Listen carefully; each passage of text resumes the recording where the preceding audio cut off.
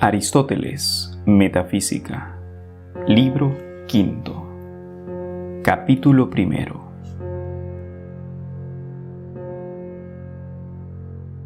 Se llama principio 1. La parte de una cosa desde donde uno podría empezar a moverse. Por ejemplo, hay un principio de la línea y del camino en un extremo de estos y otro distinto en el extremo opuesto. 2. El mejor punto de partida para cada cosa, por ejemplo, a veces se ha de empezar a estudiar no por lo primero ni por el origen de la cosa, sino por lo más fácil de aprender. 3. Aquello intrínseco a un objeto a partir de lo cual éste comienza a tomar su ser. Por ejemplo, la quilla en un navío o los cimientos en una casa. Y en los animales, unos suponen que es el corazón, otros el cerebro, y otros, en fin, alguna otra parte semejante. 4. Aquello extrínseco a un objeto a partir de lo cual éste comienza a tomar su ser, es decir, a partir de lo cual se originan naturalmente el movimiento y el cambio. Por ejemplo, el niño a partir del padre y de la madre, y la pelea a partir de la ofensa. 5. Aquello por cuyo designio se mueve lo que es movido y cambia lo que es cambiado. Por ejemplo, en las ciudades, las magistraturas, las autoridades, las monarquías y las tiranías son consideradas como principios. También lo son las artes, sobre todo las arquitectónicas. 6. Lo primero a partir de lo cual se conoce un objeto, también se llama principio. Por ejemplo, las premisas son el principio de la demostración. Y en otros tantos sentidos se habla también de causas, pues todas las causas son principios. Así pues, todos los principios tienen en común el ser lo primero a partir de lo cual una cosa es, se genera o se conoce. Y de ellos, algunos son intrínsecos y otros son extrínsecos. Por lo tanto, la naturaleza es un principio, y los elementos, el pensamiento, la elección y la substancia, y también la causa final, pues el bien y lo bello son el principio del conocimiento y del movimiento en muchos casos. Capítulo 2.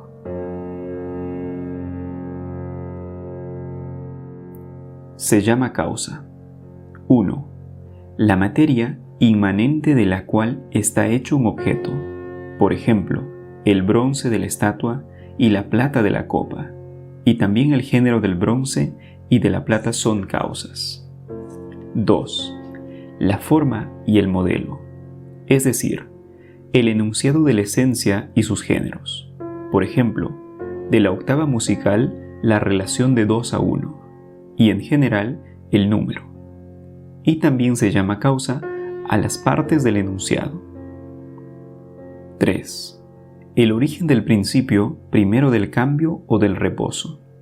Por ejemplo, el que aconseja una cosa es causa de ésta, y el padre es la causa del hijo, y en general el que hace es la causa de lo hecho, y el agente del cambio es la causa de lo cambiado. 4. La finalidad, es decir, la causa final. Por ejemplo, la salud es la causa del paseo. Pues, ¿por qué paseamos? Respondemos para estar sano, y con esta respuesta creemos haber presentado la causa. Y lo mismo se puede aplicar a todas aquellas cosas que, siendo movidas por otra, se convierten en intermediarias entre el motor y el fin.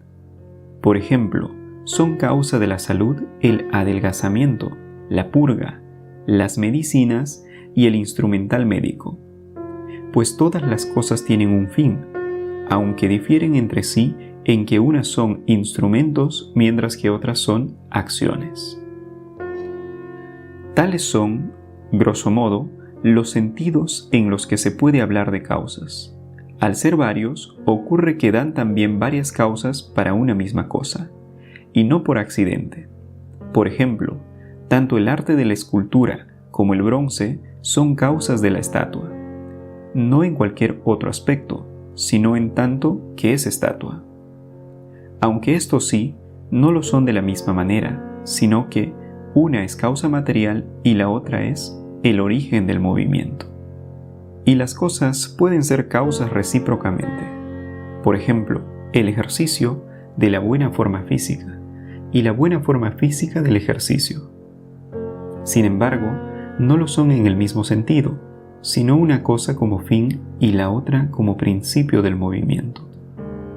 Además, una misma cosa puede ser causa de contrarios, pues cuando está presente es la causa de una cierta cosa, y a veces, cuando está ausente, le atribuimos la contraria. Por ejemplo, atribuimos el naufragio a la ausencia del piloto, cuya presencia habría sido la causa de la salvación. Ambas, tanto la presencia como la privación, son causas en tanto que son el origen del movimiento. Todas estas causas que acabamos de mencionar caen dentro de los 4 tipos más obvios. En efecto, las letras de las sílabas, la materia de lo fabricado, el fuego, la tierra y todos los demás elementos de este tipo, de los cuerpos, las partes del todo, las premisas de la conclusión, todas ellas son causas en tanto en cuanto son aquello de lo que están hechas estas cosas. De estas causas, unas son causa como sujeto, las partes por ejemplo, y otras como esencia, por ejemplo el todo, la composición y la forma. La semilla, el médico, el que ha dado un consejo y en general el agente son todos el origen del principio del cambio o del reposo. Y otras, por último, son causa como el fin y el bien de las demás cosas. La causa final es en efecto el bien por excelencia, y el fin de todo lo demás, y nada cambia que digamos que este fin es el bien en sí o el bien aparte. Tales y de tantos tipos son las causas. Las modalidades de las causas son muchas, pero agrupándolas es posible reducir su número. De las causas se puede hablar en muchos sentidos. De las que pertenecen a un mismo tipo, una puede ser anterior y otra posterior.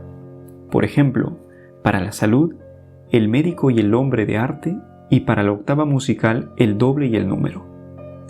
Y los tipos que incluyen alguna causa particular son siempre causa del efecto particular.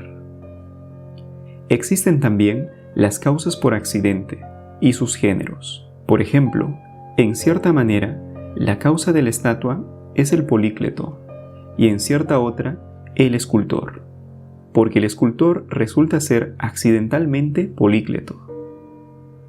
Y los tipos que incluyen la causa accidental son también causas. Por ejemplo, un hombre o en general un animal es la causa de la estatua, porque polícleto es un hombre y el hombre es un animal. De las causas accidentales, unas son más lejanas y otras son más cercanas. Por ejemplo, si consideramos que también lo blanco y el músico son causas de la estatua, y no solo Polícleto y el hombre, todas estas causas, ya sean causas propiamente dichas o causas accidentales, pueden considerarse unas como potenciales y otras como actuales. Por ejemplo, de la construcción es causa o el constructor que está construyendo. Y esto que acabamos de decir se aplica también a los efectos de las causas. Por ejemplo, una cosa puede ser la causa de esta estatua, o de una estatua, o en general de una imagen y puede ser causa de este bronce, o del bronce, o en general de la materia. Y otro tanto de lo mismo para los accidentes. Además, se puede hablar de las causas propiamente dichas combinándolas con las causas accidentales. Por ejemplo, en lugar de decir Polícleto o decir es escultor, decir Polícleto el escultor. Sea como fuere, todas estas causas son 6 en número, cada una de ellas con 2 sentidos diferentes, como particular, como género, como accidente, como género del accidente, y formuladas en combinación o formuladas cada una por separado. Y todas ellas se pueden considerar en acto o en potencia, y difieren entre sí en lo siguiente. Las causas en acto y las particulares existen o dejan de existir al mismo tiempo que las cosas de las cuales son causa.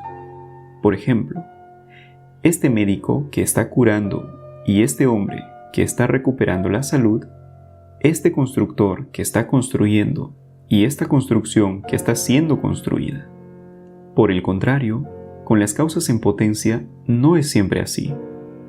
La casa y el constructor no desaparecen al mismo tiempo. Capítulo 3. Se llama elemento. 1. El primer componente inmanente de una cosa y específicamente indivisible en otra especie distinta. Por ejemplo, los elementos del sonido articulado son las partes de las cuales se compone el sonido articulado y en las que se divide en última instancia, pero estas partes ya no se dividen en otras formas de sonido articulado específicamente diferentes, sino que, aunque se dividan, las partes restantes serán de la misma especie. Así, una parte de agua es agua, pero una parte de sílaba no es una sílaba. También hablan igualmente de elementos de los cuerpos, los que se refieren a las partes últimas en las que se dividen los cuerpos, las cuales ya no se dividen en otras cosas específicamente diferentes, y a las que dan este nombre de elementos independientemente de que sea una sola o varias. 2. Ocurre aproximadamente lo mismo con lo que se llama elementos de las demostraciones geométricas y en general con los elementos de las demostraciones. En efecto, las demostraciones primeras e implícitas en más demostraciones se llaman elementos de las demostraciones. Tales son los silogismos primeros, que se componen de 3 términos y proceden a través de un término medio. 3. En un sentido amplio, se denomina también elemento a aquello que siendo uno y pequeño, sirve para muchas cosas. Por eso, precisamente, lo pequeño, lo simple, lo indivisible, se llama elemento. De ahí que las cosas más universales sean los elementos, puesto que cada una de ellas, siendo una y simple, está presente en muchas cosas, bien en otras o bien en la mayoría. Y de ahí también que uno y el punto sean considerados por algunos filósofos como principios. Y como los llamamos géneros, son universales e indivisibles. Ciertamente no tienen enunciado. Algunos dicen que los géneros son elementos, y que lo son más incluso que la diferencia, porque el género es más universal, pues donde está presente la diferencia, el género la acompaña. Pero donde está el género, no siempre está la diferencia. Y por último, lo que tiene en común todos los significados es que el elemento de cada cosa es lo primero inmanente en ella. Capítulo 4. Se llama naturaleza. 1. La generación de las cosas que crecen, tal como sugiere la pronunciación de physis, si se alarga la Y. 2. El elemento primero e inmanente a partir del cual comienza a crecer lo que crece. 3. El origen del movimiento primero para cada uno de los seres naturales, en los cuales está presente esencialmente, y decimos que crece todo aquello que aumenta gracias a otra cosa, a través del contacto o la unión orgánica con ella, o por adherencia, como los embriones. La unión orgánica se diferencia del contacto en que en este último no es necesario ningún otro factor aparte del propio contacto, mientras que las cosas que están unidas orgánicamente poseen ambas algo que es idénticamente uno, y que hace que, en lugar del simple contacto, se dé la unión orgánica, y que constituyan una sola cosa en cuanto a la y a la cantidad, pero no en cuanto a la cualidad. 4. Se llama también naturaleza al elemento primero del que se compone o a partir del cual se genera cualquier ser no natural, siendo este elemento informe e inmutable en cuanto a su potencia. Por ejemplo, se dice del bronce que es naturaleza de la estatua y de los utensilios de bronce, y de la madera que es la naturaleza de las cosas de madera, y así también para todo lo demás. Pues en cada cosa hecha a partir de estos componentes se ha preservado la materia prima. En ese mismo sentido, también se llama naturaleza a los elementos de los seres naturales, que algunos identifican con el fuego, otros con la tierra, otros con el aire, otros con el agua y otros con algo similar. Unos nombrando varios de estos elementos, otros nombrando todos. 5. Naturaleza es la substancia de los seres naturales, tal como afirman los que dicen que la naturaleza es la composición primera, o, en palabras de Empédocles, no hay naturaleza de ninguno de los seres, sino solo mezcla y separación de las cosas mezcladas, y naturaleza es un simple nombre que dan los hombres. De ahí que digamos de todas las cosas que son o que se generan naturalmente, aunque ya esté presente aquello a partir de lo cual se generan o solo por naturaleza, que no tienen su naturaleza, y si aún no tienen su forma y su configuración. Así pues, existe naturalmente aquello que se compone de materia y forma como los animales y sus partes. La naturaleza no es solo la materia prima, y entendemos prima en dos sentidos. La primera relativamente o la primera absolutamente. Por ejemplo, en el caso de las obras de bronce, el bronce es primero respecto a las obras, pero de forma absoluta probablemente lo sea el agua, suponiendo que todas las cosas susceptibles de ser fundidas sean agua. Sino también la forma, la substancia, que es el fin del proceso de la generación, y a partir de ese significado, por extensión y de manera general, se llama naturaleza a cualquier substancia, puesto que la naturaleza es un tipo de substancia. De lo que acabamos de decir, se desprende que la naturaleza, en su sentido primero y fundamental, es la substancia de los seres que tienen en ellos mismos y en tanto que tales el principio de su movimiento. Pues la materia se llama naturaleza porque es capaz de recibir la naturaleza y la generación y el crecimiento porque son movimientos que proceden de ella.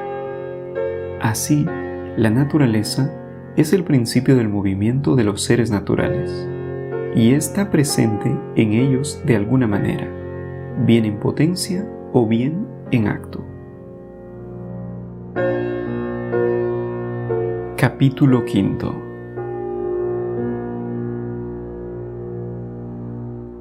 Se llama necesario 1.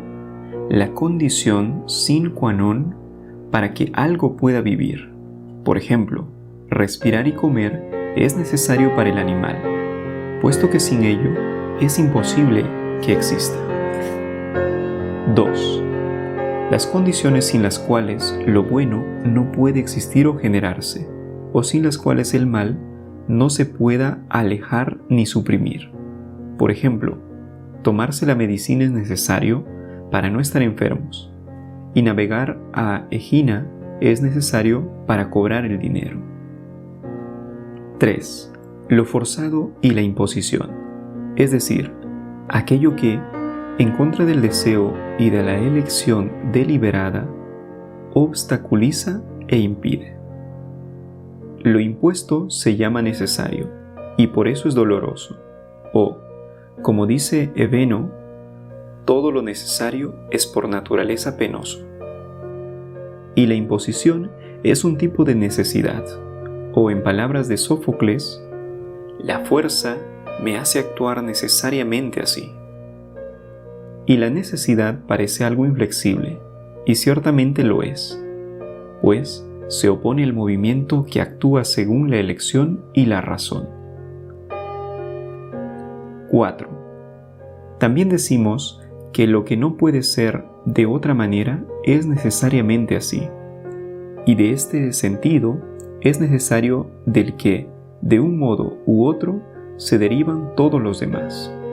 En efecto, se dice de lo impuesto que es necesario hacerlo o sufrirlo cuando la fuerza coaccionadora impide que sigamos nuestros deseos, en la idea de que la necesidad es aquello por lo que una cosa no puede ser de otra manera. Lo mismo ocurre con las condiciones sine qua non de la vida y del bien, cuando no es posible que exista ya el bien, ya la vida y el ser, sin ciertas condiciones. Estas condiciones son necesarias, y esta forma de causa es un tipo de necesidad. 5. La demostración se cuenta entre las cosas necesarias, pues, si se trata de una demostración propiamente dicha, su conclusión no puede ser de otra manera. Las razones de esta necesidad son las premisas, si ciertamente es imposible que los principios del silogismo sean de otra manera. Por otra parte, hay cosas que impiden la razón de su necesidad en algo distinto de ellas, y hay cosas que no, que son ellas la causa de la necesidad de otras cosas. Por lo tanto, lo necesario en su sentido primero y fundamental es lo simple. En efecto, lo simple no puede ser de varias maneras, de modo que no puede ser de una forma y de otra, pues entonces sería de varias. Así pues, si hay seres eternos e inmóviles, nada puede forzarlos a ir contra su naturaleza.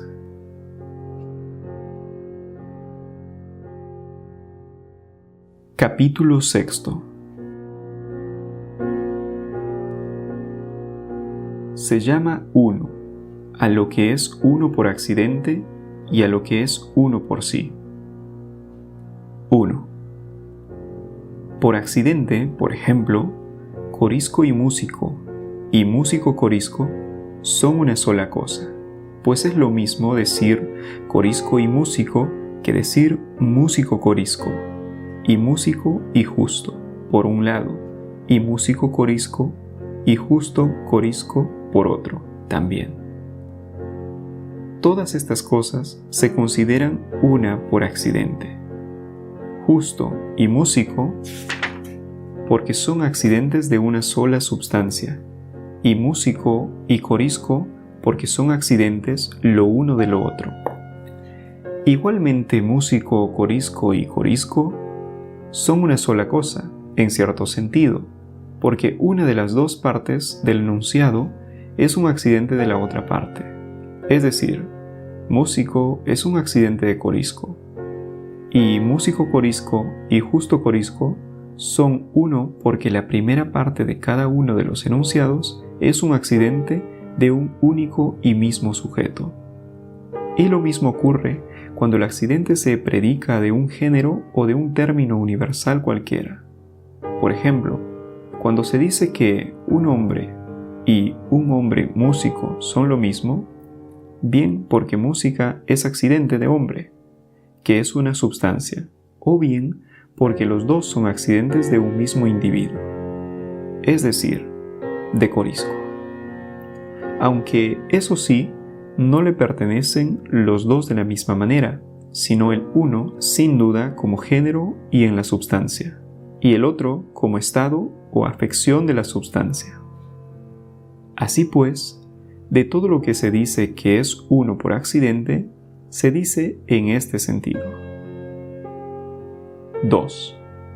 Respecto a las cosas que se consideran una por sí mismas. A. Algunas se consideran así porque son continuas. Por ejemplo, un haz de leña con la atadura y unos trozos de madera pegados con cola.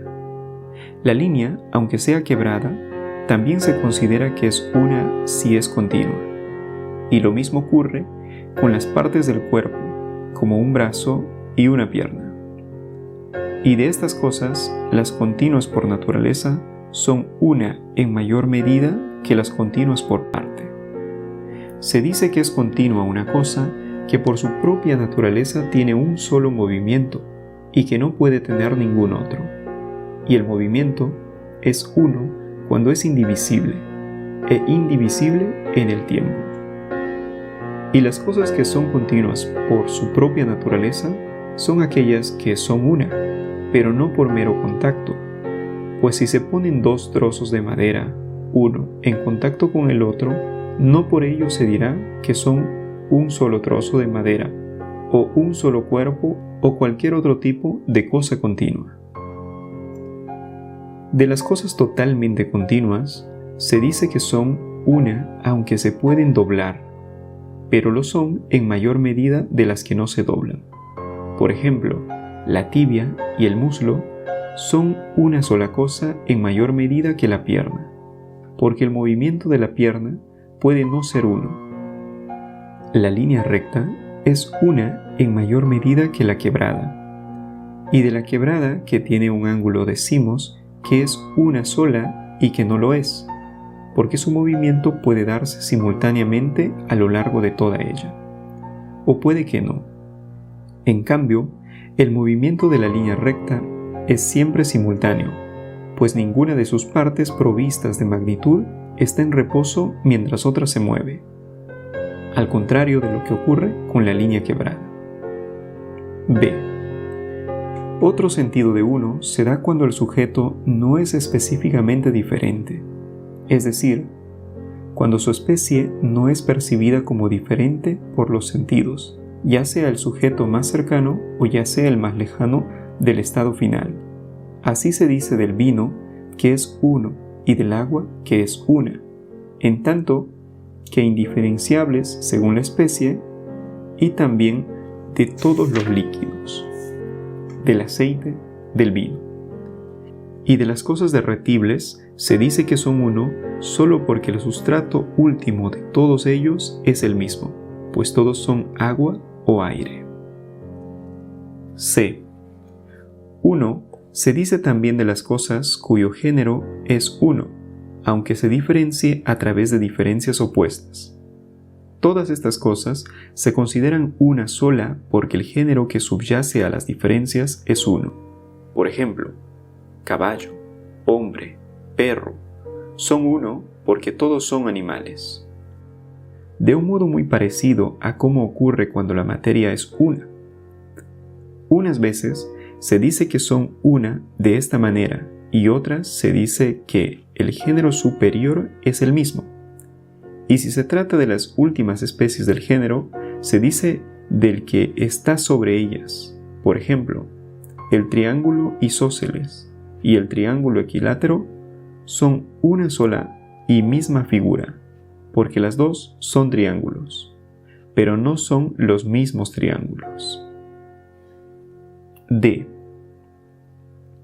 Además, uno se dice de todo aquello cuyo enunciado, es decir, el enunciado que expresa su esencia, es indivisible de otro enunciado que manifieste la esencia de la cosa, pues todo enunciado es en sí mismo divisible. En este sentido, lo que aumenta y lo que disminuye son uno, porque el enunciado es uno, al igual que es uno el enunciado de la especie de las superficies. En general, las cosas que pensadas con el pensamiento que capta su esencia son indivisibles e inseparables, temporal, espacial y conceptualmente son una en grado sumo, y de ellas lo son sobre todas las substancias. Pues globalmente todo lo que es indivisible en tanto que tal es llamado por serlo. Por ejemplo, si algo en tanto que hombre no admite división, es un solo hombre. Y si algo en tanto que animal es un solo animal, si algo en tanto que magnitud es una sola magnitud. Así pues, de la mayoría de las cosas que se dice que son una porque hacen, tienen, padecen o están relacionadas con otra cosa que es una, pero las cosas de las que se dice en el sentido primero que son una, son aquellas cuya substancia es una sola, una en continuidad, en especie o en enunciado, pues encontramos como más de una las cosas que no son continuas, o que no tienen una sola forma, o que no tienen un solo enunciado. En cierto sentido, llamamos uno a cualquier cosa que tenga cantidad y continuidad, pero en cierto otro, solo lo hacemos si es un todo, es decir, si es uno por su forma. Por ejemplo, si viéramos las partes de un zapato puestas uno junto a otras de cualquier manera, no diríamos que son una realidad única, a no ser que nos refiriéramos a la continuidad, sino que solo si están puestas de tal manera que sean un zapato. Cuando tienen ya una forma determinada, decimos que lo son. Por eso, el círculo es, de todas las líneas, la que es una en grado sumo, puesto que es entero y completo. Por otro lado, el ser uno es también ser un principio del número. En efecto, la primera medida es un principio, pues lo primero a partir de lo cual conocemos cada género es su primera medida. Así pues, el principio de lo cognoscible en cada género es el uno. Ahora bien, el uno no es igual en todos los géneros, pues en un sitio es el semitono y en otro la vocal o la constante, y una cosa es el uno para el peso y otra distinta el uno para el movimiento. Pero en todos los casos el uno es indivisible, bien en cuanto a la cantidad o bien en cuanto a la especie. Aquello que es totalmente indivisible según la cantidad y no tiene posición se llama unidad. Lo que es totalmente indivisible pero tiene posición, punto. Lo que es divisible solo en una dimensión, línea. Lo que es divisible en dos dimensiones, superficie. Y aquello que es totalmente divisible según la cantidad y en tres dimensiones, cuerpo. En orden inverso, lo que es divisible en dos dimensiones es una superficie. En una sola dimensión, una línea. Lo que no es divisible en modo alguno, según la cantidad, un punto o una unidad. Sin posición, una unidad, y con posición, un punto.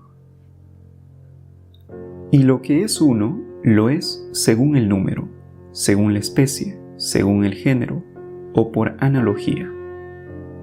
Según el número, son las cosas cuya materia es una. Según la especie, las cosas cuyo enunciado es uno.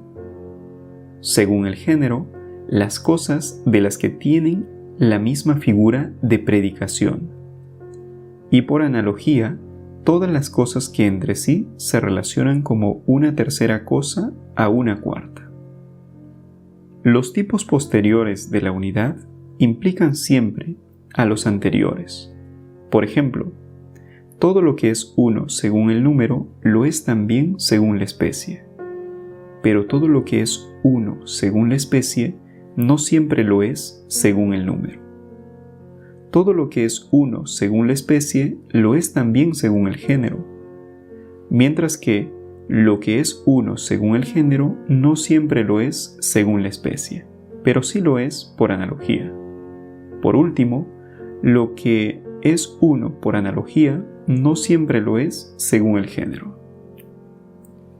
Por último, está claro que lo múltiple se dirá por oposición a los distintos sentidos del uno.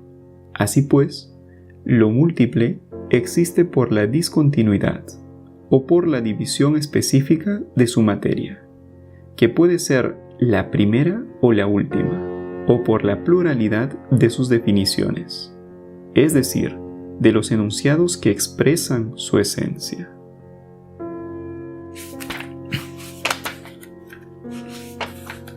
Cerca.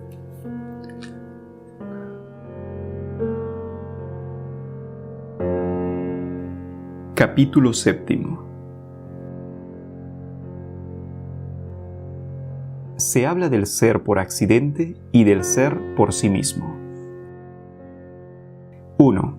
Decimos, por ejemplo, que accidentalmente el justo es músico, el hombre es músico o el músico es hombre. Aproximadamente de la misma manera que decimos que el músico construye porque accidentalmente el arquitecto es músico o el músico es arquitecto. Así pues, decir que esto es aquello significa que aquello es un accidente de esto. Y lo mismo se aplica a los casos que antes mencionamos, cuando decimos que el hombre es músico y que el músico es hombre, o que el blanco es músico o que el músico es blanco. Las dos últimas expresiones se deben a que ambos atributos son accidentes del mismo sujeto. La primera, a que el atributo es accidente del ser, y el músico es un hombre, a que el músico es un accidente del hombre. Y así se dice incluso de que lo no blanco es, porque aquello de lo que es accidente es. Por lo tanto, cuando se dice que las cosas son por accidente, se dice así bien porque ambos accidentes pertenecen al mismo sujeto existente, o bien porque el predicado accidental se da en un sujeto existente, o bien porque el sujeto al cual pertenece como accidente aquello de lo que él mismo es predicado, existe. 2. Se dice que son por sí mismas todas las cosas significadas por las figuras de predicación, pues los significados del ser son tantos como los de estas figuras. Por lo tanto, puesto que algunos predicados expresan lo que es el sujeto y otros expresan la cualidad, otros la cantidad, otros la relación, otros la actividad o la pasividad, otros el lugar y otros el tiempo. Ser significa lo mismo que cada uno de ellos. En efecto, no hay ninguna diferencia entre el hombre se está curando y el hombre se cura, ni entre el hombre está andando o está talando y el hombre anda o tala, y lo mismo en los demás casos. 3. Ser y es significan que el enunciado es verdadero, mientras que no ser significa que no es verdadero, que es falso, tanto en las afirmaciones como en las negaciones. Por ejemplo, Sócrates es músico significa que esto es verdadero, y Sócrates es no blanco también significa que es verdadero. Pero la diagonal no es conmensurable significa que es falso. 4. Ser y el ser significan, en los sentidos que hemos mencionado, unas veces lo que se dice en potencia y otras en entelequia. Pues decimos que ve tanto el que está viendo en potencia como el que está viendo en entelequia.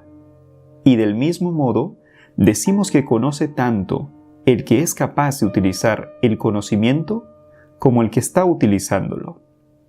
Y que descansa tanto aquel para el cual el descanso ya está presente como aquel que puede descansar. E igualmente ocurre en el caso de las substancias, pues decimos que Hermes está en la piedra y que media línea está en la línea y que el trigo es trigo, aunque todavía no esté maduro. ¿En qué casos algo es en potencia y en qué casos no? Habremos de determinarlo en otro lugar.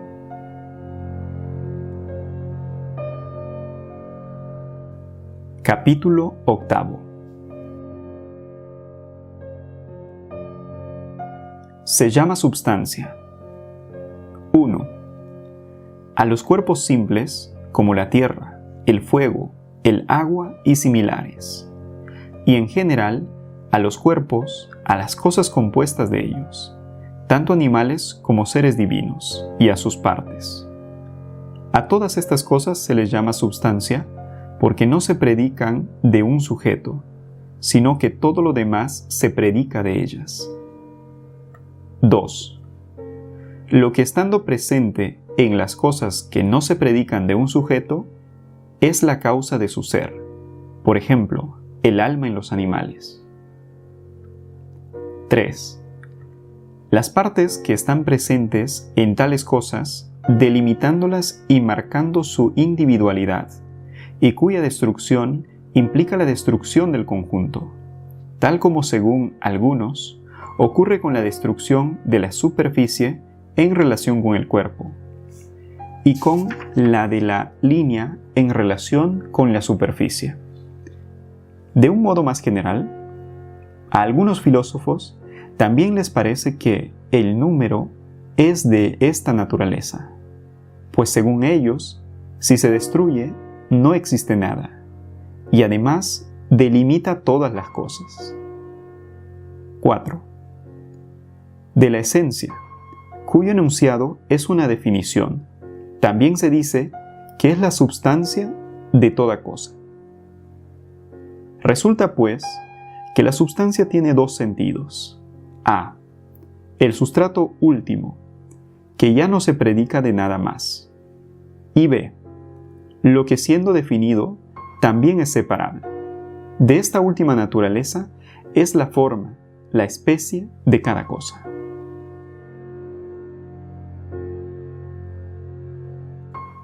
Capítulo 9.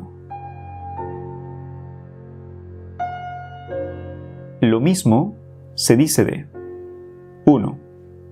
Lo mismo por accidente. Por ejemplo, blanco y músico son lo mismo, porque son accidentes del mismo sujeto. Y hombre y músico, porque lo uno es un accidente del otro. Y el músico es un hombre, porque músico es un accidente de hombre. El conjunto de ambos términos es idéntico a cada uno de ellos, y cada uno de ellos es idéntico al conjunto, pues se considera que el hombre y el músico son lo mismo que el hombre músico y viceversa. Por eso, ninguna de estas afirmaciones se hace universalmente, pues no es verdadero decir que todo hombre es lo mismo que músico, ya que los universales son atributos por sí mismos, mientras que los accidentes no lo son por sí mismos, aunque se prediquen de los individuos sin matizaciones. Así, Sócrates y Sócrates músico parecen lo mismo, pero Sócrates no se predica de más de un sujeto. Por eso no se dice todo Sócrates, como se dice todo hombre. 2. De unas cosas se dice que son lo mismo de esta manera, mientras que de otras se dice que lo son por sí mismas, en tantos sentidos como tiene el uno por sí mismo. Pues se dice que son lo mismo tanto las cosas cuya materia es una en especie o en número, como las cosas cuya substancia es una. Por lo tanto, es evidente que la igualdad es una unidad del ser de varias cosas, o bien de una sola cosa cuando se toma como varias. Por ejemplo, cuando se dice que algo es igual a sí mismo, lo estamos tratando como si fueran dos cosas. Se dice que las cosas son diversas o distintas si sus especies, sus materias, o las definiciones de su substancia son más de una. En general, los sentidos de diverso se contraponen a los de lo mismo. Se dice que son diferentes. 1. Todas las cosas que a pesar de ser diversas son lo mismo en algún sentido que no sea el número, es decir, en especie, en género o por analogía. 2. Y además, las cosas de género diverso, los contrarios y todas las cosas que tienen la diversidad en su substancia se llaman semejantes. 1. Las cosas cuyos atributos son en su totalidad lo mismo. 2. Aquellas que tienen más atributos idénticos que diversos. 3. Aquellas cuya cualidad es una. 4. Y una cosa es semejante a otra si tiene bien la mayoría o bien los más importantes de los contrarios por los cuales ésta puede ser alterada. Y los sentidos de desemejante se contraponen a los de semejante.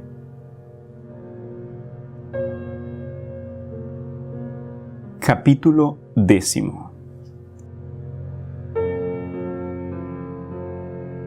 Se dice opuesto de la contradicción, de los contrarios, de los términos relativos, de la privación, de la posesión y de los extremos que son origen y destino de la generación y la destrucción. Y los atributos que no pueden estar presentes al mismo tiempo en el sujeto que los recibe a ambos se llama también opuestos, tanto si se trata de ellos mismos como si se trata de sus componentes. En efecto, el gris y el blanco no pertenecen simultáneamente al mismo sujeto. Por lo tanto, sus componentes son opuestos. Se dice que son contrarios. 1. Los atributos que difieren en género y que no pueden pertenecer al mismo sujeto simultáneamente. 2. Las cosas más diferentes dentro del mismo género. 3. Los atributos más diferentes de los pertenecientes a un mismo sujeto. 4. Las cosas más diferentes dentro de una misma potencia. 5. Las cosas cuya diferencia es la mayor, ya sea de forma absoluta o en género o en especie. Del resto de las cosas se dice que son contrarias porque poseen contrarios como los que acabamos de describir, o porque los reciben, o porque son capaces de hacerlos o padecerlos, o porque de hecho los hacen o los padecen, o porque son pérdidas o adquisiciones, o privaciones de ellos. Y puesto que el uno y el ser tienen varios sentidos diferentes, necesariamente los tendrán también los términos que se predican según ellos. De manera que lo mismo, lo diverso y lo contrario serán diversos según cada categoría. Se dice que son diversas en especie. 1. Las cosas que siendo del mismo género no están subordinadas entre sí. 2. Las que, siendo del mismo género, presentan alguna diferencia. 3. Y las cosas en cuya substancia se da una contrariedad. 4. También los contrarios son diversos entre sí en especie, bien todos o los que se llaman contrarios en el primer sentido del término. 5. Y las cosas cuyo enunciado difiere en la última especie del género.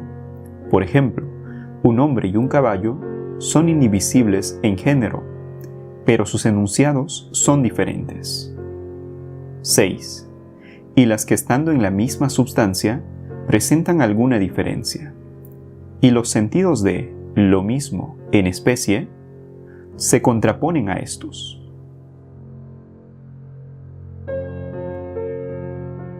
Capítulo 11. Se dice que son anteriores y posteriores. 1. Ciertas cosas porque suponiendo que exista algo primero y un principio en cada género, están más cerca de algún principio determinado, bien de forma absoluta y por naturaleza, o bien respecto a algo o a algún sitio o a alguien. Por ejemplo, las cosas son anteriores en el espacio porque están más cerca bien de un sitio determinado por naturaleza, como la mitad o el extremo, o bien de algo circunstancial, mientras que las cosas que están más lejos son posteriores. Otras cosas son anteriores en el tiempo, algunas porque están más lejos del presente, como los hechos pasados. La guerra de Troya es anterior a las guerras contra los medos, porque está más lejos del presente, y otras porque están más cerca del presente, como los hechos futuros. Los juegos nemeos son anteriores a los pitios, porque si tomamos el presente como principio y como punto de partida, están más cerca del presente. También hay cosas anteriores, en movimiento. Las cosas que están más cerca del que se mueve primero son anteriores. Por ejemplo, el niño es anterior al hombre, y además, el que se mueve primero es un principio absoluto. Otras cosas son anteriores en poder. Lo dominante por su poder, lo más poderoso, es lo primero. De esta naturaleza es aquello cuya voluntad ha de ser necesariamente obedecida por otra cosa, la cual constituye lo posterior. Por lo tanto, si uno no pone en movimiento al otro, el otro no se mueve, y si lo pone en movimiento, se mueve. En este caso, la voluntad es un principio. Otras cosas son anteriores en orden. Estas son las cosas que se van alejando respecto a algo único y determinado conforme a algún criterio. Por ejemplo, el danzante que está junto al corífeo es anterior al que está en tercer lugar, y la penúltima cuerda de la lira es anterior a la última, pues el corífeo y la cuerda mediana son respectivamente el principio. Estas son, pues, las cosas anteriores en este sentido. 2. En un segundo sentido, lo que es anterior en el conocimiento se considera, además, anterior de forma absoluta. Pero lo anterior según el concepto no coincide con lo anterior según la percepción, pues según el concepto son anteriores los universales, pero según la percepción son anteriores los individuos. Además, según el concepto, el accidente es anterior al todo. Por ejemplo, músico anterior a hombre músico, ya que el todo del concepto no puede darse sin la parte.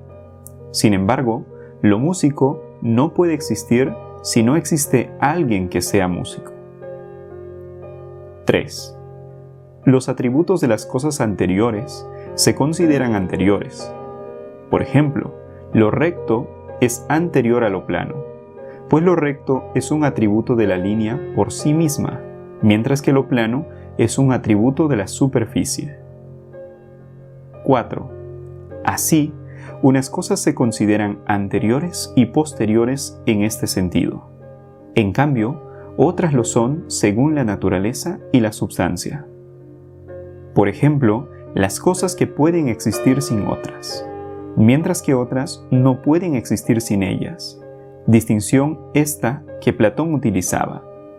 Y dado que el ser tiene varios sentidos, en primer lugar, el sustrato es anterior, por lo cual la substancia es anterior. En segundo lugar, depende de si se tiene en cuenta la potencialidad o la entelequia. Ciertas cosas son anteriores según la potencialidad y ciertas otras según la entelequia. Por ejemplo, según la potencialidad, la media línea es anterior a la línea entera, la parte es anterior al todo y la materia a la substancia. Pero según la entelequia, son posteriores, pues hasta que el todo no se disuelve, no existe en entelequia. Por lo tanto, en cierta manera, Todas las cosas que se consideran anteriores y posteriores son así consideradas en este cuarto sentido, pues algunas cosas pueden existir sin otras en la generación, como el todo sin las partes, y otras en la destrucción, como la parte sin el todo. Y lo mismo ocurre en todos los demás casos.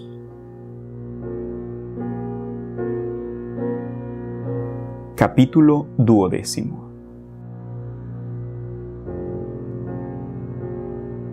Se denomina potencia o capacidad. 1. Al principio del movimiento o del cambio que está en otra cosa o en la misma en tanto que otra. Por ejemplo, el arte de construir es una potencia que no está en lo construido, y el arte de curar es una potencia. Puede estar en el hombre curado, pero no en él, en tanto que curado. Así pues, se denomina potencia o capacidad en general al principio del cambio o del movimiento, en otra cosa o en la misma en tanto que otra, o al principio según el cual una cosa es movida o cambiada por otra o por sí misma en tanto que otra. Pues por este principio, que hace que el objeto paciente padezca algo, decimos que es capaz de padecer, y unas veces lo decimos cuando padece cualquier cosa, y otras veces lo decimos no a propósito de cualquier cosa, sino solo cuando el cambio es a mejor. 2. A la capacidad de llevar a buen término una cosa, o de realizarla de acuerdo con nuestra elección. En efecto, a veces decimos que los que simplemente andan o hablan, pero que no lo hacen bien o que no lo hacen como desearían, que no pueden hablar o caminar. En el caso de la pasividad, ocurre lo mismo. 3. A las cualidades por las cuales las cosas son completamente impasibles o inmutables, o no fácilmente cambiadas a peor. También se las denominan potencias.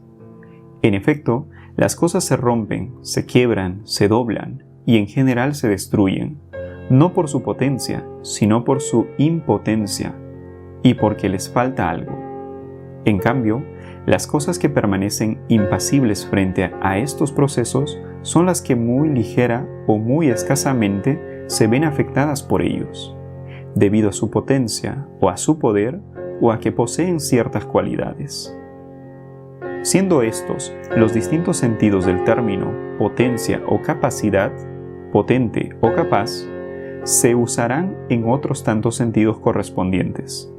Así, en un primer sentido, 1 significa aquello que puede iniciar un movimiento, o en general un cambio, pues incluso aquello que puede poner algo en reposo es potente. En otra cosa o en sí mismo, en tanto que otra cosa. 2. En otro sentido, es aquello sobre lo cual otra cosa ejerce una potencia de este tipo. 3. En otro, aquello que tiene la capacidad de convertirse en otra cosa, ya sea peor o mejor, pues incluso lo que perece se tiene por capaz de perecer, pues no habría perecido si no hubiera sido capaz de ello. Ahora bien, ha de poseer cierta disposición, causa o principio que lo lleve a sufrir tal cambio. Por lo tanto, parece ser que unas veces se es capaz porque se posee algo y otras porque se carece de algo. Pero si la privación es en cierta manera posesión, todas las cosas serán capaces en razón de la posesión. Así pues, se es capaz tanto por poseer alguna cualidad o principio, como por poseer la privación de esto mismo, suponiendo que sea posible poseer una privación, pues si no, capaz, se estaría empleando en dos sentidos distintos. 4. En otro sentido, una cosa es capaz cuando la capacidad o el principio de su destrucción no se encuentra ni en otra cosa ni en ella misma en tanto que otra. Y todas estas cosas capaces, cuyos sentidos acabamos de exponer, son capaces bien porque simplemente ocurre que se realizan o no se realizan, o bien porque se realizan bien. Este tipo de capacidad se da también en los seres inertes, como los instrumentos. En efecto, decimos que una lira puede sonar, mientras que otra no, si no suena bien. La impotencia o incapacidad es la privación de la potencia o capacidad, es decir, del principio antes descrito, tanto de forma absoluta como para el que por naturaleza está llamado a tener la capacidad, o incluso para el que por naturaleza ya debería tenerla. En efecto, no hablamos en el mismo sentido cuando decimos que un niño, o un hombre, o un eunuco son impotentes para engendrar. En fin, a cada sentido de capacidad se contrapone un sentido de incapacidad, es decir, uno a la capacidad que simplemente produce el movimiento y otro a la que lo produce bien. Se habla de incapaz, según esta incapacidad que acabamos de describir, pero también en otro sentido, el de lo posible y lo imposible.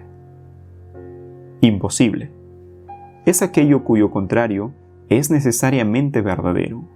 Por ejemplo, la conmensurabilidad de la diagonal es imposible, porque es una falsedad cuyo contrario no solo es verdadero, sino que además es necesario. Así pues, la conmensurabilidad de la diagonal no solo es falsa, es necesariamente falsa. Lo contrario de imposible, es decir, posible, se da cuando no es necesario que lo contrario sea falso. Por ejemplo, que un hombre esté sentado es posible, puesto que el hecho de que no esté sentado no es necesariamente falso. Así pues, posible, en un primer sentido, significa aquello que no es necesariamente falso. Como acabamos de decir, en otro sentido, aquello que es verdadero. En otro, aquello que es posible que sea verdadero. Por extensión, se habla también de potencia en geometría. Todos estos sentidos de posible no se refieren a la potencia o capacidad. Aquello que sí lo hacen se refieren todos al primer sentido de capacidad. Es decir, al principio del cambio en otra cosa o en la misma cosa en tanto que otra. De las demás cosas se dice que son potentes o capaces, bien porque otra cosa ejerce una potencia como la descrita sobre ellas, bien porque no la ejerce, o bien porque la ejerce en algún sentido en particular. Y lo mismo ocurre con las cosas impotentes o incapaces. Así pues, la definición principal de la potencia o capacidad primaria es el principio del cambio en otra cosa o en la misma cosa en tanto que otra. Capítulo 13. Se denomina cantidad a aquello que es divisible en dos o más componentes, siendo por naturaleza cada uno de ellos único y determinado. Una cantidad es una multiplicidad si es contable o una magnitud si es mensurable. Se denomina pluralidad a aquello que es potencialmente divisible en partes discontinuas, y magnitud a aquello que es divisible en partes continuas. En cuanto a la magnitud, lo continuo en una dimensión es la longitud, en dos la anchura y en tres la profundidad. Una multiplicidad limitada es un número, una longitud limitada es una línea, una anchura limitada es una superficie y una profundidad limitada es un cuerpo. A algunas cosas se las denominan cantidades por sí mismas y a otras por accidente. Por ejemplo, la línea es una cantidad por sí misma, mientras que el músico es una cantidad por accidente. De las cosas que son cantidades por sí mismas, algunos son substancias, como la línea, pues un cierto tipo de cantidad está presente en el enunciado que expresa su quididad. Y otras son afecciones y cualidades de este tipo de substancia, como lo mucho y lo poco, largo y corto, ancho y largo, bajo y alto, pesado y ligero, y además términos similares. También lo grande y lo pequeño, y lo mayor y lo menor, tanto por sí mismos como lo uno respecto a lo otro, son por sí mismos afecciones de la cantidad, aunque por extensión estos nombres se aplican también a otras cosas. De las cosas que son cantidades por accidente, algunas se llaman así en el mismo sentido en el que dijimos que músico y blanco son cantidades.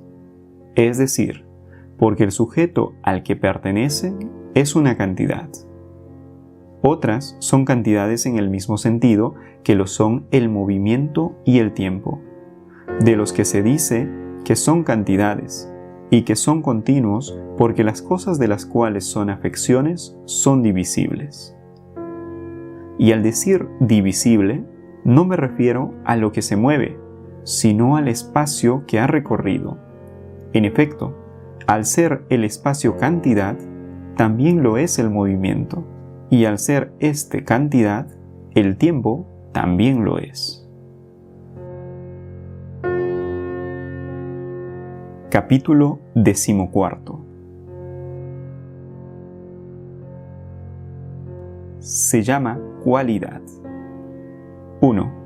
En un primer sentido, la diferencia de la substancia, por ejemplo, el hombre es un animal que posee cierta cualidad porque es bípedo, y el caballo porque es cuadrúpedo, y el círculo es una figura con una cierta cualidad porque no tiene ángulos. Por lo tanto, la diferencia según la substancia es una cualidad. Este, pues, es uno de los sentidos de cualidad, la diferencia de la substancia. 2. En otro sentido, se aplica a los objetos inmóviles de las matemáticas. Así, los números poseen ciertas cualidades. Por ejemplo, los números compuestos que no se dan en una única dimensión, sino que su representación es la superficie y lo sólido, respectivamente los productos de 2 factores y los de 3. En general, lo que está presente en la substancia de los números aparte de la cantidad es la cualidad, pues la substancia de cada número es aquello que el número es una sola vez. Por ejemplo, la de 6 no es aquello que se repite 2 o 3 veces, sino lo que se repite una, pues 6 es 6 una sola vez. 3. Todas las afecciones de la substancia móvil, por ejemplo, calor y frío, blancura y negrura, pesadez y ligereza, y además cosas así, por las cuales decimos que los cuerpos se alteran al cambiar. 4. La cualidad respecto a la virtud y a la maldad y en general al bien y al mal. Así pues, la cualidad parece tener fundamentalmente 2 significados, y uno de ellos es el más importante. La cualidad, en sentido primario, es la diferencia de la substancia. La cualidad en los números es una clase de esta cualidad, pues es una diferencia de substancias, aunque no de las substancias móviles ni de ellas en tanto que móviles. En un segundo sentido, son las afecciones de las cosas móviles, en tanto que móviles, y las diferencias de los movimientos. La virtud y la maldad forman parte de estas afecciones, pues indican la diferencia del movimiento y de la actividad en función de cómo hagan o padezcan las cosas móviles, bien o mal. En efecto, lo que es capaz de moverse o de actuar en una manera determinada es bueno, y en la manera contraria es malo. Por lo demás, el bien y el mal expresan, sobre todo, la cualidad de los seres animados y de entre ellos principalmente de aquellos que tienen capacidad de elección.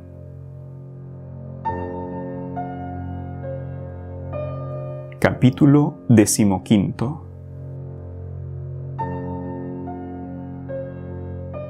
Se aplica el término relativo a 1. Las cosas que son como el doble de la mitad y el triple al tercio, y en general como el múltiplo respecto del submúltiplo, y como el exceso respecto del defecto. 2. Las cosas que son como lo que es capaz de calentar respecto de lo calentable, como lo cortante respecto de lo cortable, y en general como lo activo respecto de lo pasivo. 3. Las cosas que son como lo mensurable respecto de la medida, como lo cognoscible respecto del conocimiento, y como lo perceptible respecto de la percepción. Los términos relativos, según el primer sentido, están numéricamente relacionados, tanto indefinida como definidamente, con los números plurales o con la unidad. Por ejemplo, el doble está numérica y definidamente relacionado con la unidad y lo múltiplo está relacionado con la unidad numéricamente, pero no de forma definida. Es decir, que la relación puede ser una u otra cualquiera. La relación del sesquiáltero con el subesquiáltero es una relación numérica definida, mientras que la relación del superparcial con el subsuperparcial es numéricamente indefinida, como también lo es la del múltiplo con la unidad. La relación numérica del exceso con el defecto es totalmente indefinida, pues el número es conmensurable, y no hay número que exprese lo inconmensurable. Pero por otra parte, el exceso es respecto del defecto la misma cantidad más algo añadido. Y este algo añadido es indefinido, ya que puede ser igual o no, indistintamente al defecto. De todas estas relaciones se dice que son numéricas y que son determinaciones del número, y también lo son, aunque de manera diferente, lo igual, lo semejante y lo mismo, puesto que todos ellos se refieren a la unidad. Son lo mismo aquellas cosas cuya substancia es una, son semejantes aquellas cuya cualidad es una, son iguales aquellas cuya cantidad es una, y la unidad es el principio y la medida del número. Así pues, de todas estas relaciones se dice que son numéricas, aunque no en la misma manera. La relación de lo activo con lo pasivo es la relación de una potencia activa con otra pasiva, y de los actos de estas potencias. Por ejemplo, aquello que es capaz de calentar se relaciona con lo que es susceptible de ser calentado, porque puede calentarlo. Y por otro lado, lo que calienta se relaciona con lo que es calentado, y lo que corta con lo que es cortado, porque actualizan la acción. Sin embargo, las relaciones numéricas no serán en acto, salvo en el sentido que antes expusimos, pero no son actos según el movimiento. En cuanto a las relaciones según la potencia, decimos de algunas que son relativas según ciertos periodos de tiempo. Por ejemplo, la relación de lo que ha hecho con lo que ha sido hecho, de lo que hará con lo que será hecho. Así, el padre es llamado padre de su hijo, pues uno ha hecho y el otro ha padecido la acción en cierta manera. Además, hay algunos términos relativos según la privación de la potencia, por ejemplo, imposible, y demás cosas así como invisible. Así pues, las cosas que se entienden como relativas según el número o según la potencia son todas relativas porque decimos que aquello que precisamente son, lo son de otra cosa, no porque otra cosa sea relativa a ellas. En cambio, lo mensurable, lo cognoscible y lo pensable se llaman relativos porque otra cosa es relativa a ellos. Pues pensable significa que hay un pensamiento de ello, pero el pensamiento no es relativo a aquello de lo cual hay pensamiento, pues si lo fuera, repetiríamos lo mismo 2 veces. E igualmente, la visión es visión de un objeto determinado, no de aquello de lo cual hay visión, aunque también es verdadero decir esto. La visión es relativa al color o a alguna otra cosa similar. De no ser así, repetiríamos lo mismo 2 veces, que la visión es la visión de aquello de lo cual hay visión.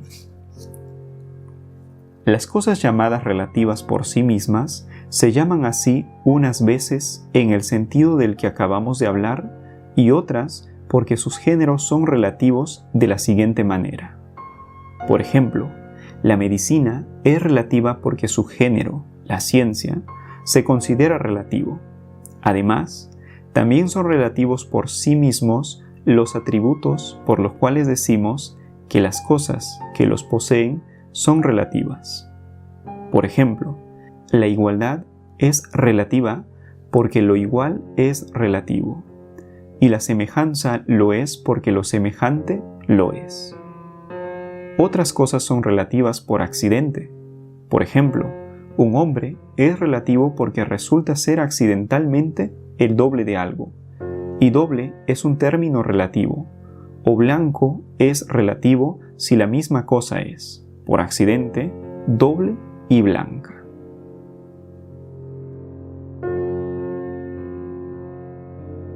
Capítulo 16. Se dice que es perfecto o completo. 1. Aquello fuera de lo cual es imposible hallar ninguna de sus partes. Por ejemplo, el tiempo completo de cada cosa es aquel fuera del cual es imposible hallar un momento que sea parte de este tiempo.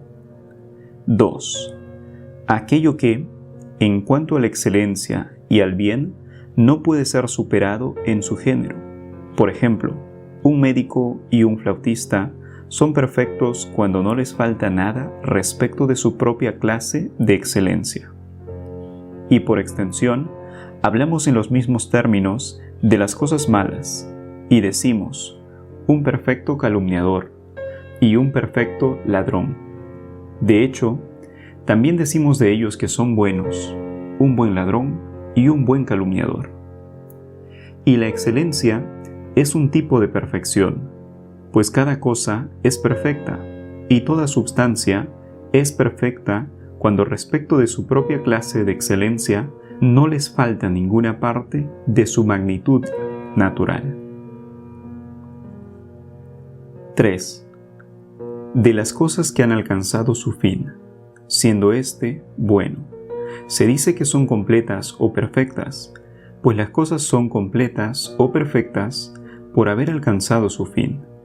Por lo tanto, dado que el fin es un tipo de extremo, por extensión aplicamos el término a las cosas malas y decimos que algo ha sido completamente arruinado y completamente destruido cuando a algo no le falta nada de su destrucción y de su mal, encontrándose estos en su grado extremo.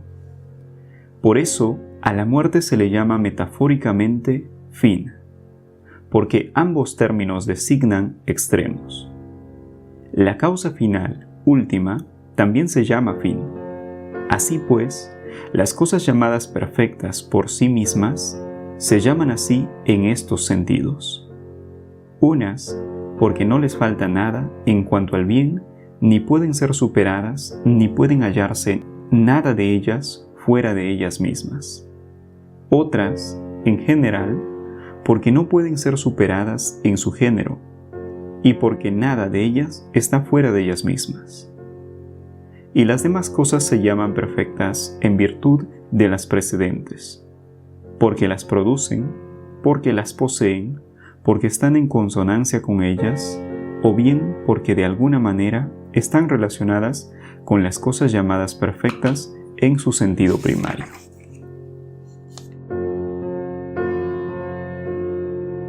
Capítulo 17.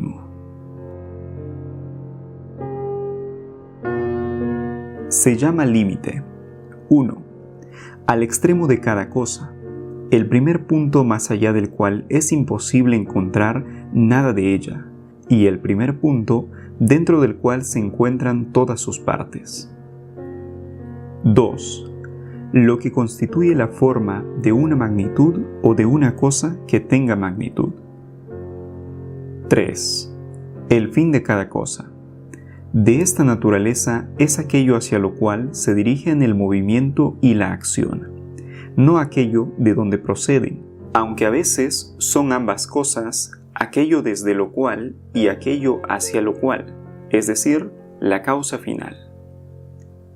4. La substancia de cada cosa y su esencia, pues este es el límite del conocimiento. Y si es el límite del conocimiento, entonces lo es también de la cosa.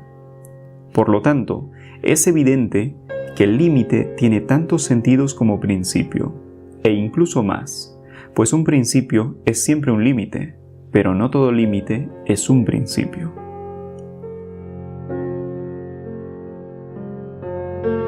Capítulo 18.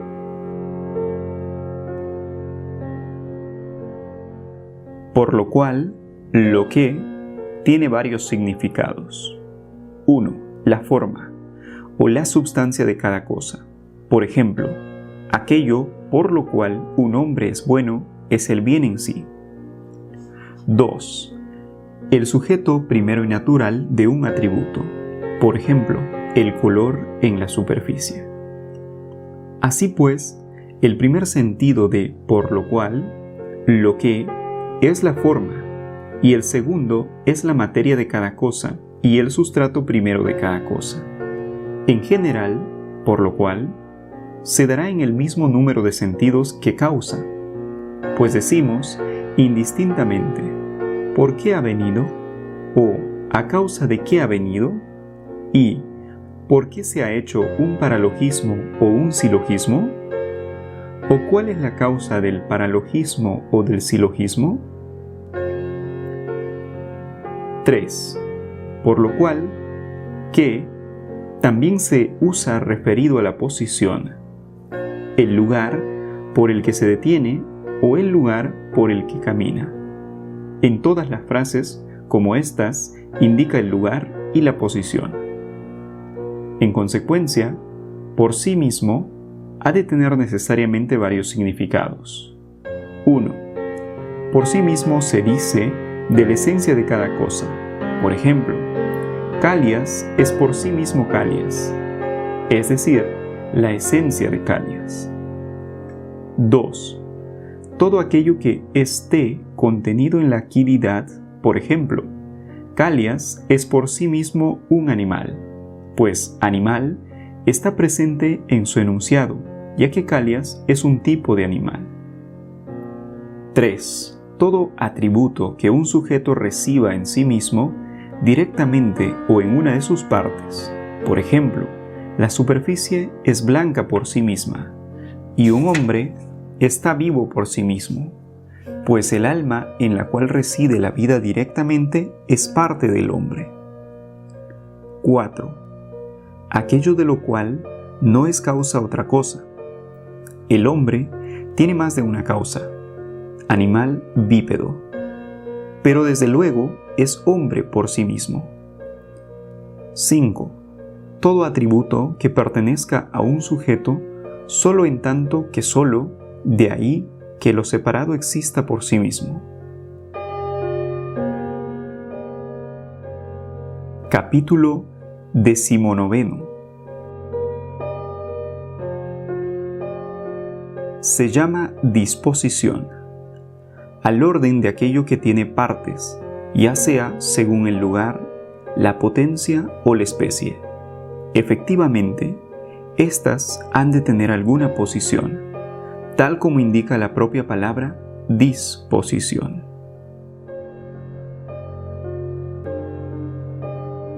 Capítulo 20.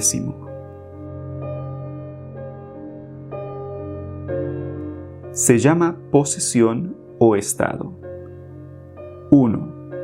En un primer sentido, es un tipo de acto del que tiene o de lo tenido, algo como una acción o un movimiento. En efecto, cuando hay un creador y una cosa creada, entre ellos hay una creación, pues de la misma manera, entre el que posee una prenda y la prenda hay una posesión. Pero, evidentemente, este tipo de posesión no se puede poseer, pues el proceso continuaría infinitamente si pudiéramos poseer la posesión de lo que es poseído. 2. En otro sentido, estado se dice de una disposición por la cual lo dispuesto se halla bien o mal dispuesto, ya sea por sí mismo o bien en cuanto a otra cosa. Por ejemplo, la salud es un estado, pues es una disposición de este tipo. 3. Se llama estado a una parte de esta disposición, por lo tanto, la excelencia de las partes de algo es un estado.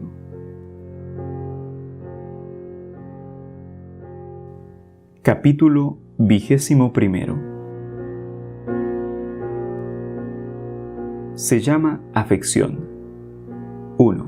En un primer sentido, una cualidad según la cual una cosa puede alterarse. Por ejemplo, lo blanco y lo negro, lo dulce y lo amargo, lo pesado y lo ligero, y todas las demás cosas similares. 2. Los actos y las alteraciones de tales cualidades. 3. En particular, las alteraciones y los movimientos dañinos, y sobre todo, los daños dolorosos. 4. También se llaman afecciones las grandes desgracias y sufrimientos.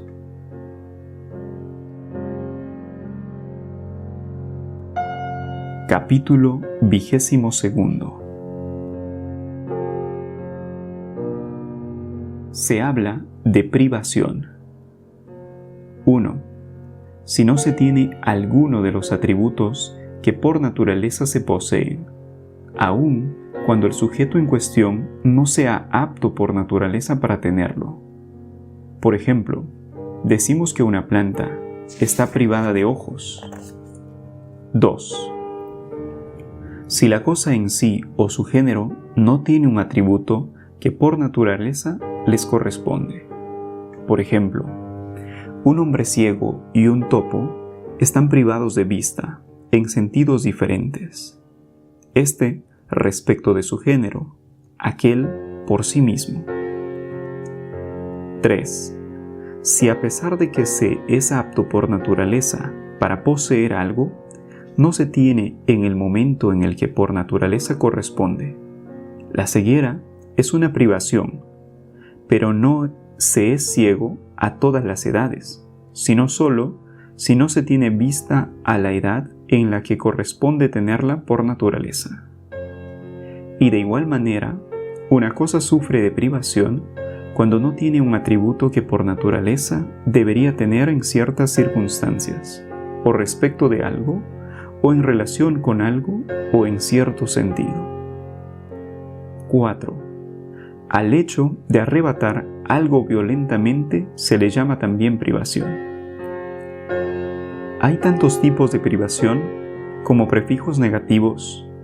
En efecto, una cosa se llama desigual porque no tiene igualdad, invisible porque no tiene color en absoluto o porque tiene poco color, ápodo porque no tiene pies en absoluto o porque tiene pies deficientes.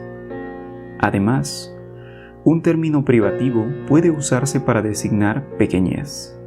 Por ejemplo, un fruto deshuesado, lo cual en cierto modo también es deficiencia, y para indicar que no se hace algo fácilmente o que no se hace bien, por ejemplo, decimos que una cosa es indivisible no solo si no puede ser dividida, sino también si no se puede dividir fácilmente o bien.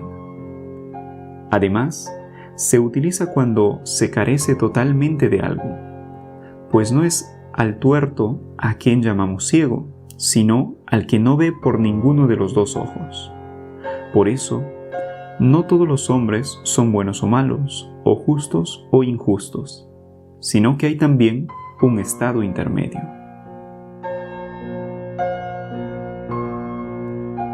Capítulo 23.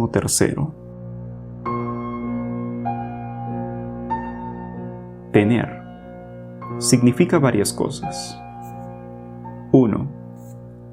Mantener algo según la naturaleza de uno mismo o según el deseo de uno mismo. Así se dice de la fiebre que tiene un hombre, y de los tiranos que tienen ciudades, y de la gente que tiene la ropa que lleva. 2. El receptor en el que se da una cosa. Por ejemplo, el bronce tiene la forma de una estatua y el cuerpo tiene una enfermedad. 3. Tal como lo que contiene posee lo que es contenido. En efecto, se dice que una cosa que es poseída por aquello que la contiene. Por ejemplo, decimos que la vasija tiene líquido, que la ciudad tiene hombres y que el barco tiene marineros. Y así también el todo tiene partes. 4. De lo que impide que una cosa se mueva o actúe según su propia tendencia. Se dice que la tiene.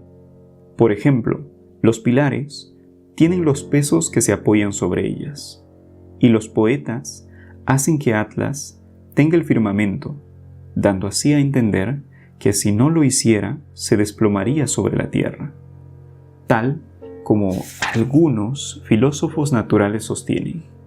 En este mismo sentido, se dice que el elemento cohesionador tiene las cosas que cohesiona, en la idea de que sin él se separarían según la propia tendencia de cada una.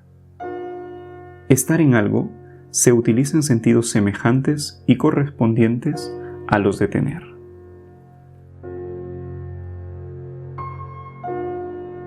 Capítulo 24.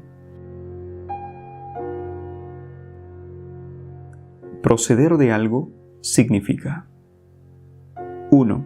Estar hecho de algo material, lo cual se dice en dos sentidos, según el primer género o según la especie inferior. Como ejemplo del primer sentido, todas las cosas derretibles proceden del agua, como por ejemplo, del segundo, la estatua procede del bronce. 2. En el sentido del primer principio motor, por ejemplo, ¿de dónde procede la contienda?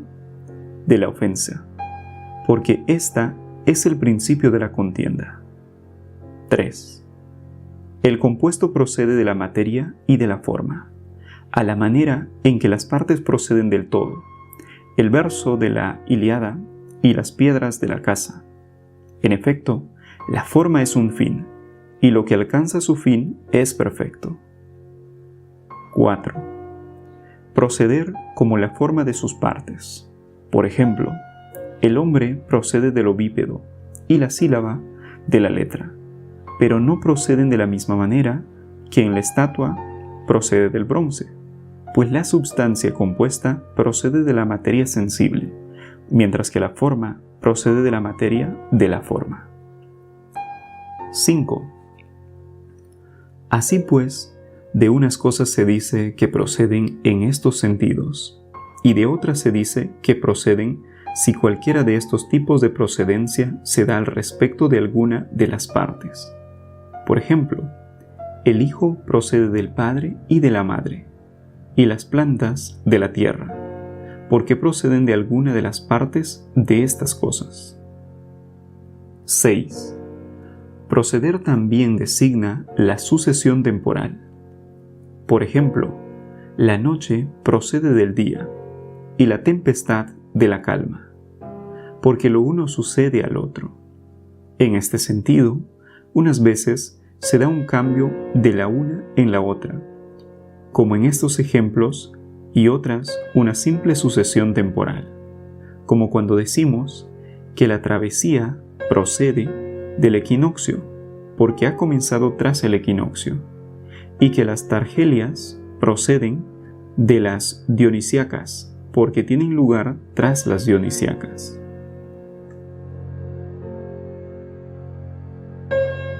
Capítulo 25. Se llama parte. 1. En un primer sentido, aquello en lo que una cantidad de una manera cualquiera puede ser dividida. En efecto, siempre decimos que lo sustraído de una cantidad, en tanto que cantidad, es una parte de ésta. Por ejemplo, decimos que 2 es una parte de 3 en cierto sentido. 2. De entre tales partes, solamente aquellas que miden el todo. 2 es una parte de 3 desde cierto punto de vista, pero no desde cierto otro. 3. De aquello en lo que se puede dividir la forma al margen de la cantidad, se dice que es una parte de la forma. De ahí que digamos que las especies son parte del género. 4. Aquello en lo cual se divide un todo o aquello de lo que se compone, entendiendo por todo tanto la forma como lo que tiene la forma. Por ejemplo, de la esfera de bronce o del cubo de bronce, el bronce es una parte, pues es la materia en la que se da la forma, y el ángulo del cubo también es una parte. 5. Los elementos del enunciado que da a conocer a cada ser también son partes del todo. De ahí que también se considere al género como una parte de la especie, aunque en otro sentido es la especie la que es una parte del género. Capítulo 26.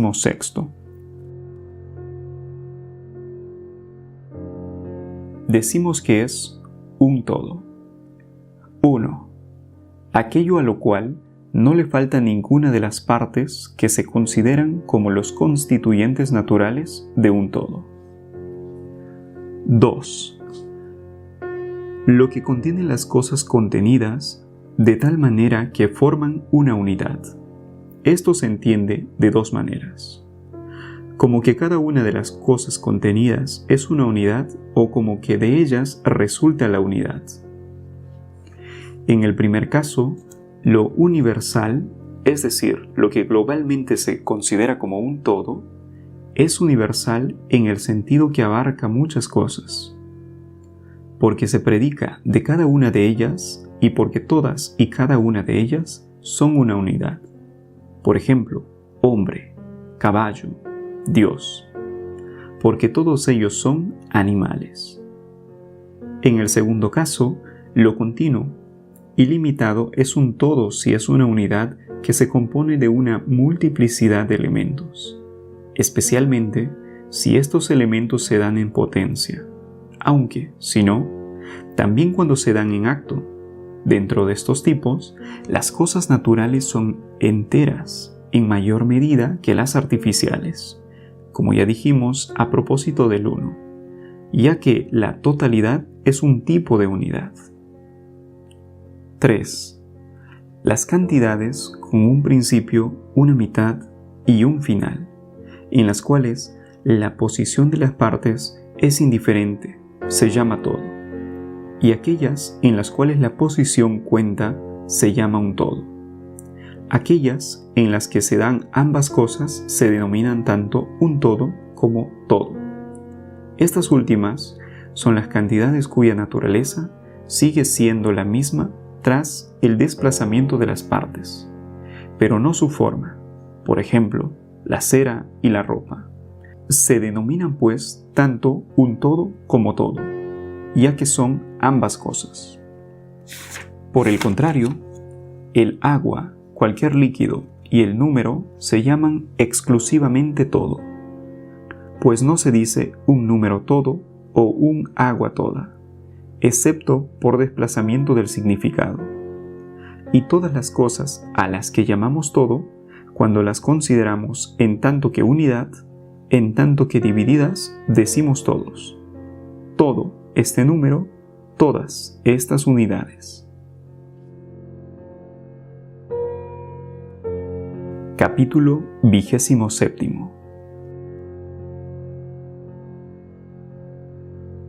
mutilado.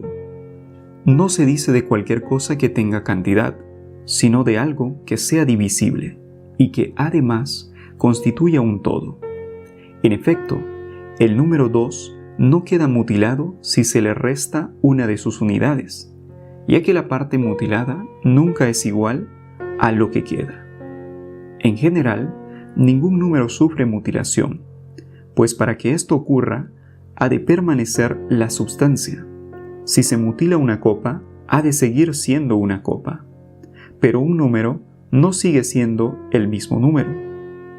Añadamos a esto que aunque las cosas se compongan de partes desemejantes, no siempre se consideran mutiladas, pues, en cierta manera, el número también tiene partes diferentes, como la diada y la triada. En general, ninguna de las cosas en las que la posición de las partes es indiferente, como el agua y el fuego, sufre mutilación, sino que, para que ésta se dé, la posición ha de afectar a la substancia.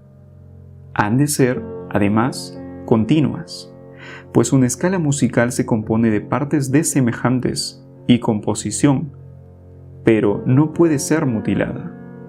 Tampoco todas las cosas que son un todo sufren mutilación, por la privación de una parte cualquiera, pues las partes restadas no pueden ser las principales de la substancia, ni pueden estar situadas en cualquier punto. Por ejemplo, una copa agujereada no está mutilada, sino que solo lo está si se le quita el asta o alguna de sus extremidades. Y un hombre no puede quedar mutilado si le quitan carne o el brazo, pero si se le quita una extremidad y no una cualquiera, sino que aquella que extirpada por completo no vuelva a crecer. Por eso, la calvicie no es una mutilación. Capítulo 28. Hablamos de género. 1. Si hay una generación continua de cosas que tienen la misma especie, por ejemplo, mientras haya género humano, significa mientras la generación de estos continúe. 2. Un género es aquello de lo que las cosas proceden, lo que primero las mueve hacia su ser. Así, decimos que unos son del género de los helenos y otros del género de los jonios, porque aquellos descienden de Heleno, el primero que los engendró, y estos de Ión. Y al referirnos al progenitor usamos la palabra género con mayor propiedad que al referirnos a la materia, aunque hay también nombres genéricos derivados de una hembra, como en el caso de los descendientes de Pirra. 3.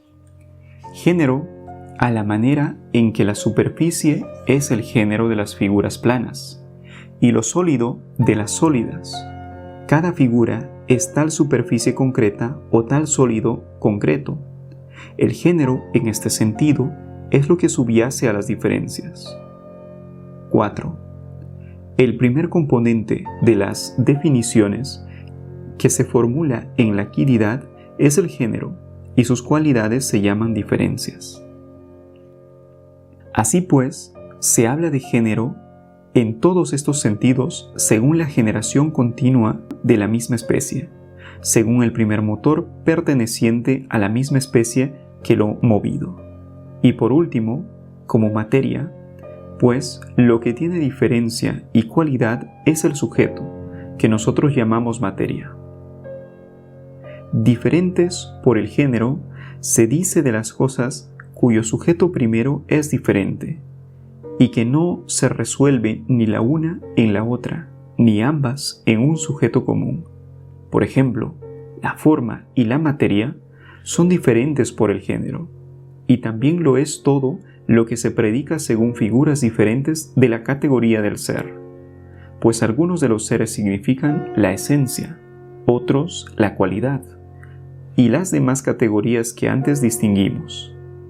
En efecto, estos predicados no se pueden resolver ni los unos en los otros, ni todos ellos en una realidad única.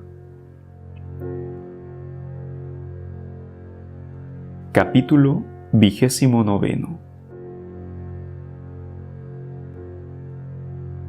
Se habla de falso. 1. En un primer sentido, se entiende falso a la manera en que una cosa es falsa, bien porque los términos no concuerdan o bien porque es imposible que concuerden.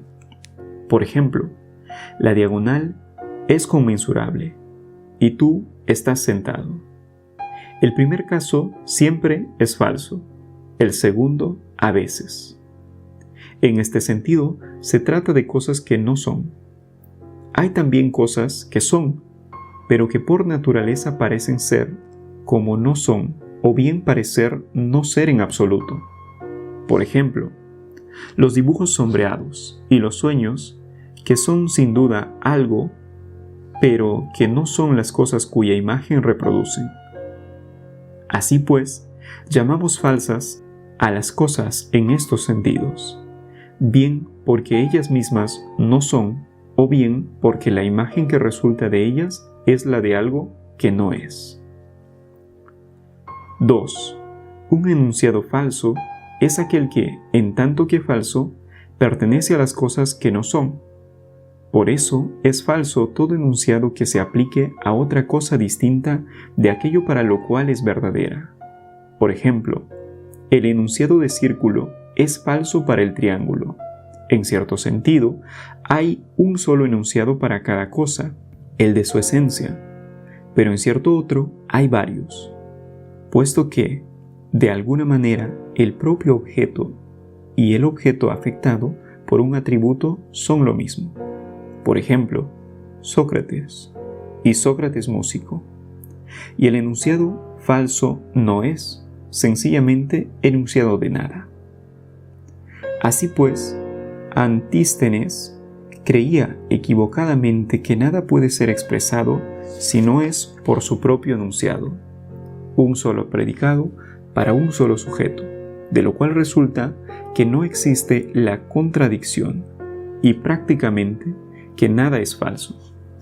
Pero en realidad es posible expresar cada cosa no solo con su propio enunciado, sino también con el de otra cosa, y el resultado, aunque ciertamente puede ser por completo falso, también en cierta manera puede ser verdadero. Por ejemplo, 8 puede describirse como un número doble usando el enunciado de la diada. 3. Tales son los sentidos de falso para estas cosas. Por su parte, un hombre falso es el que se siente atraído por los discursos falsos y los elige deliberadamente por sí mismos, no por otra cosa, y también aquel que produce en otros hombres tales discursos. De la misma manera que decimos que son falsas todas las cosas que producen una imagen falsa. De ahí que sean engañoso el razonamiento de Hippias, según el cual el mismo hombre es falso y verdadero, pues establece que es falso aquel que es capaz de mentir, es decir, el que sabe, el sabio, y, además, que es mejor que aquel que es voluntariamente malvado. Esta falsedad se establece sobre la base de una inducción. Efectivamente, el que cojea voluntariamente es mejor que el que cojea involuntariamente.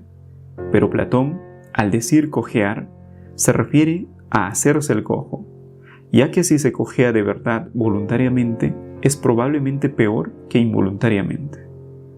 Y a propósito de la moral, es lo mismo.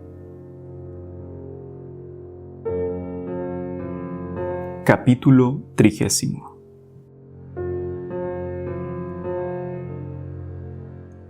Se llama accidente. 1. Aquello que pertenece a algo y que se puede decir de ello verdaderamente, pero que no es ni necesario ni habitual. Por ejemplo, si alguien se encuentra un tesoro al excavar un agujero para una planta. Esto, es decir, encontrar un tesoro, le ocurre accidentalmente al hombre que excava el agujero, pues ni una cosa viene necesariamente de la otra o tras la otra, ni, si alguien planta algo, es habitual que se encuentre un tesoro. Y un músico puede ser blanco, pero dado que esto no ocurre ni necesariamente ni habitualmente, decimos que es un accidente. Por lo tanto, puesto que hay atributos que pertenecen a sujetos, y dado que algunos atributos pertenecen a un sujeto en un lugar determinado y en un momento determinado, aquello que pertenece a un sujeto, pero no porque sea tal sujeto determinado, o tal momento determinado, o tal lugar determinado, será un accidente. Así pues, no hay una causa definida del accidente, sino que toda causa es fortuita, es decir, indefinida. Es un accidente el haber llegado a Egina, si no partimos para llegar allí, sino que nos arrastró la tormenta o nos raptaron unos piratas. El accidente se ha producido o existe no por sí mismo, sino por otra cosa, pues fue la tormenta la causa de que llegáramos a donde no nos dirigíamos, a Egina. 2. Accidente. También significa otra cosa, lo que pertenece a cada cosa por sí misma, pero no está en su substancia. Por ejemplo, para el triángulo, el tener los 3 ángulos iguales a 2 ángulos rectos. Este tipo de accidente puede ser eterno, pero el anterior no lo es nunca. Esto está explicado en otro sitio.